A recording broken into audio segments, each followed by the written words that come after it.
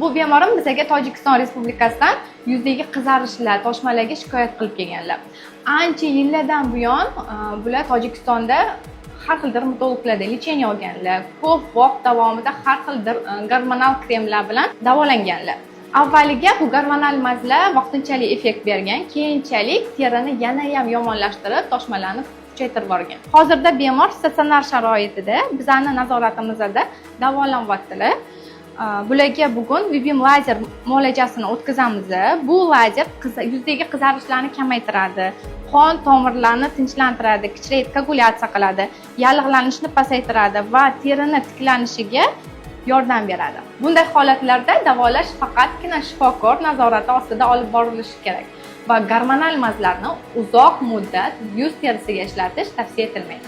Agarda sizni tanishlaringizni ham yuzdagi toshmalar, qizarishlar bezovta qilayotgan bo'lsa, ularga videoni yuborib qo'ying.